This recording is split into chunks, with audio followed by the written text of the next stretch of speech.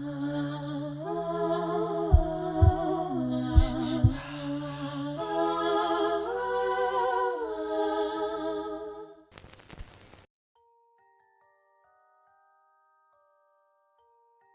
everyone, I'm so sorry I haven't updated these past few days. I had a bit of a major health issue and wasn't really able to get around to filling you guys in. I've been reading the comments and taking them into account. One comment, or rather a few that are asking the same thing, have stuck out to me and I'll just address it right away. I did used to be closer to Tate. We only grew apart because there was obviously a barrier in her not being able to speak and being disabled. I also would like to add that this is the final installment of these stories, because today, I finally figured out the truth. So today I woke up to an empty house, something I can't deny being happy about. Now, I want to be as descriptive as I can here. I know in a lot of the stories I read here, there's something to be said about the place they take place in. So I figured I'd take a look around my house, specifically Tate's room. The room is larger than mine.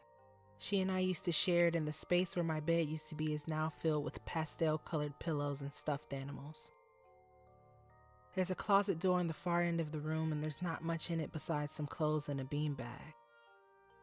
The two windows on the right side have a radiator below it that shakes sometimes at night, a sound that used to scare me. I looked through the closet and decided that maybe I'd find something in my mom's room. Her room is right next to Tate's and diagonal from mine. She has large mahogany furniture and her dresser is very long. It stretches from one end of the room to the next. There's no secret drawer or anything, but some of them don't actually open. I won't go through my looking through all of them, but there was nothing of importance anyways. Come to think of it, there was nothing of importance anywhere I looked. I did notice that the card Deborah left for my mom was still sitting on the table this morning. It had been pushed off to the side against the wall. I looked at the number and punched it into my phone to see if she came up, and she did. This is strange considering she said it was her new number. But she is an older lady, so she could have just forgotten she had given us this card already. Tate and everyone else were due to be home at 4 p.m., so by 3:30, I made sure I had a plan of action, or at least an outline of one. I decided to wait for a bit and execute my plan when it all started, 9:30. So, in the meantime, I decided to prepare. I ran through every possible situation that I could think of, and readied myself for all of them. I found myself shaky and uncomfortable all day after they got home. But I will admit part of me was a bit excited to finally get some answers. Not just for me, but for all of you as well. Nothing really interesting happened up until it was time for me to approach Tate tonight, so I won't bother boring you with mundane dinner conversation and goodnights. I made the first move. After I heard the kitchen door slam and my parents' voices become muffled, I knew that we'd be on the porch for the next few hours, and it was my time to strike. I pushed Tate's door open hard. She shot up when she heard the door slam, whipping around to face me. She looked scared, caught off guard. I was floored. Had only seen vacancy and malice in her eyes before, but never fear. I thought, again, this thing I had never seen rang very familiar to me, and I just couldn't place it. The fear in her eyes was gone as soon as it had appeared. Instantly, it was replaced with malice again, a sneer ripping across her face as she hopped out of bed and strode towards me by the door. Out of fear and instinct, I flipped the light switch up and blinked hard. She looked the same as always, but with the face of someone who had murderous intentions. She went to move past me to the door, but I grabbed her arm. Instantly, that disgusting odor tore through my nose, and I felt the same confusion I had last time I encountered it. Such a familiar scent, but also one I could never dream of knowing in the past and simply forgetting. "Stop, please. This is enough. I need to talk to you." She faltered in her smile and took a second before responding. No, you don't. Your time will come. There is nothing I can give you now unless you're interested in speeding this whole thing up. What the fuck do you mean? I practically shouted in her face. What is this thing that you keep fucking alluding to? There's nothing I can think of, nothing between us. I do not have more than one fucking memory of you. What is this thing you think I know that has to do with you? She seemed caught off guard by my outburst, but a little bit of calm settled in her eyes. Are you sure you only have one memory of me? Yes, the one where you fucking rolled your eyes at me and scared the life out of me. So, if you try to think back, nothing stirs in you. Not a feeling. I stopped and gave myself a second to think. And I didn't remember anything. But she was right. I did feel something. Rage. I felt rage, and I felt the deepest sadness I'd ever felt. Why don't I remember you? She reached over and grabbed my hair. I automatically went to slap her hand away, but I stopped when I felt her touch the same part of my hair that Deborah had felt.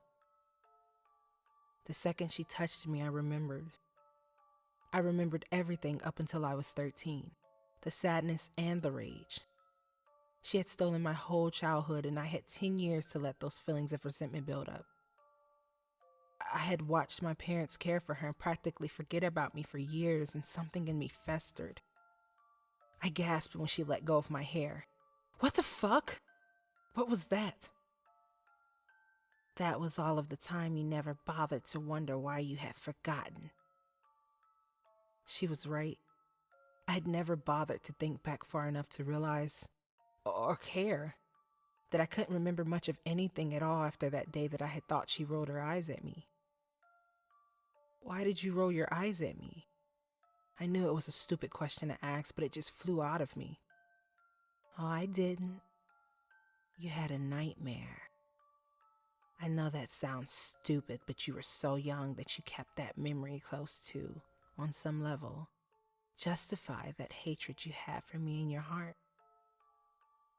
I nodded, not bothering to consider the truth in what she was saying. So when did I stop hating you? She plopped to the floor and crossed her legs, turning her chin up to meet my gaze. You stopped hating me the day I died. I honestly didn't know what to think, so I just laughed. You think it's funny? You think this whole situation is funny? It's your fault. My laughter ceased after that. No, it's not. I posed it as more of a question because I didn't remember her dying. Ever. Yes, it is. Think about it. You're 13. All that rage and resentment has lived in you for years up to that point. Remember? She lunged forward and dug her nails into my leg, and suddenly my mind was flooded. I saw Tate and I, she being around 11 and me being 13. She reaches out and slaps my phone off the table, giggling to herself as if her lack of motor control is something to be taken as humor. My phone shatters to pieces on the kitchen floor. My brand new phone. I felt electricity and heat stampede around my chest, and I hit her. I hit her as hard as I possibly could. I beat her until she stopped screaming and I was sobbing in a pool of blood. I felt great. I felt relieved. I felt as if I had scratched an itch I had for years. And then I realized what I had done. I suppose I was in shock because I didn't emote at all suddenly. And I stood up, picked up her feet, and dragged her out to the split tree behind the garage. I screamed as Tate pulled her nails out of my skin. What was that, you sick fuck? I spat at her while she wiped her bloody nails on the carpet. That's the truth. After that, you dragged her out behind that tree and stuck her in a hole. You know, the hole that was being made to build that big in-ground pool you wanted. You kept saying it was the only thing your parents had ever given you over the years. They hated when you said that. They had left you home with her so many times before. Why this time? I knew she meant to ask me why I chose that day to do what I did, but I had nothing to say, because I had too much to say. Actually, why is not important.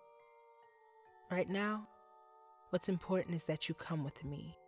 I'm sick of wearing your sister's corpse like a fucking mascot costume. I stammered out a mere, "Excuse me? Who even are you?" Tate stood, but she looked taller than she was before she had sat down. "I'm what you asked for. Your parents were coming home. You needed a solution, so somehow you found your way to me. We don't need to rehash the exact details of how we met, but you did a good job of finding me. I did make it easy, though. I could smell what you did, and I saw something to gain from it. You offered me your soul, typical, and I made this whole thing go away. But only for 6 years, so arguably, you have another year or so to go. I was just prepping you, making sure you weren't getting corrupt in some way." I was in shock. She continued before I could ask more questions. "So, now that this is all out there, you're going to come with me now? Or are you going to come with me when this eats at you and you bring yourself to me willingly?" I was shaking. "Fuck you. Are you sure about that?" She tittered. "I'll see you soon." She was gone suddenly. Well, not gone, but her body hit the floor, and suddenly her face was bruised and bloody. And my God, did she smell. I screamed until I heard the kitchen door fly open and footsteps run up the stairs. I looked down and saw all the blood on my hands. My dad couldn't catch me, so I'm at the park now. I can hear the sirens coming. I just don't know what to do. I don't want to go to jail, but I don't want to call that thing back. That smell. God, that fucking smell is still in my nose. The police are here now. I am feeling every emotion I have ever felt surging through me while I'm writing this. Every single feeling. Except regret.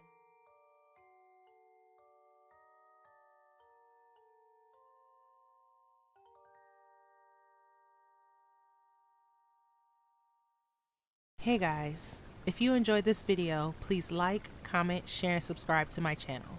And hit that notification button so you can receive all my latest content. If you have any stories you would like me to read, send them to CREEPYXMALEVOLENT@gmail.com. Thanks for listening. Bye-bye.